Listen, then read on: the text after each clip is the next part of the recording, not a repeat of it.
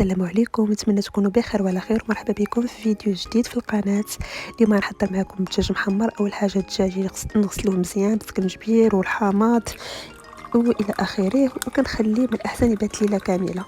كناخذوا كاس كنعمرو بماء سخون، نضيفوا عليه ضامه ديال الزعفران وغادي نخليه حتى يبرد لينا، وغادي نضيفوه على التوابل اللي غادي نذكر لكم دابا.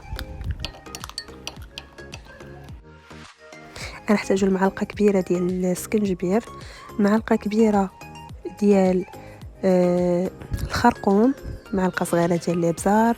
غنحتاجو 6 الفصوص ديال الثومه، دونك كل دجاجه فيها 3 دروس ديال الثومه.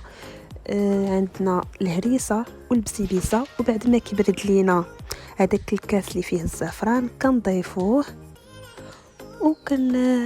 كناخذوا الدجاج ديالنا بعد ما كيتغسل مزيان وكيتسقطر مزيان، كنشرملوه من برا ومن الداخل وكنخليوه يبات ليله كامله. بعد ما كتفوت 24 ساعه كناخذوا البصله ديالنا، كيلو ديال البصله، نص كيلو في كل دجاجه. كنقطعها وكنديرها في الهاشور باش تقطع بهاد المكعبات صغيره. كنتقب الدجاج ديالي مزيان خصوصا من الصدر، وكنربطوا الرجيلات ديالو باش ما يتحلش لينا وداكشي. وحتى من الجناح كندير ليهم كوردون، حيت بعض المرات الجناح بحال كيداروا كيتهرسوا.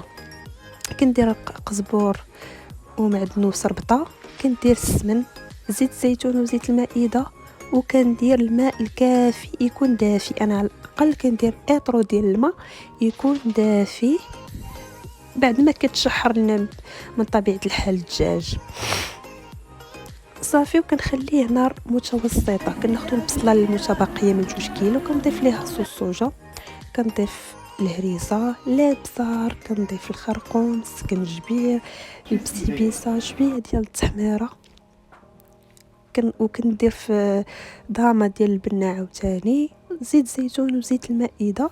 وكنخلي هاد البصله تشرب ليا العطريه ديالي على الاقل نص ساعه ديال المكانه.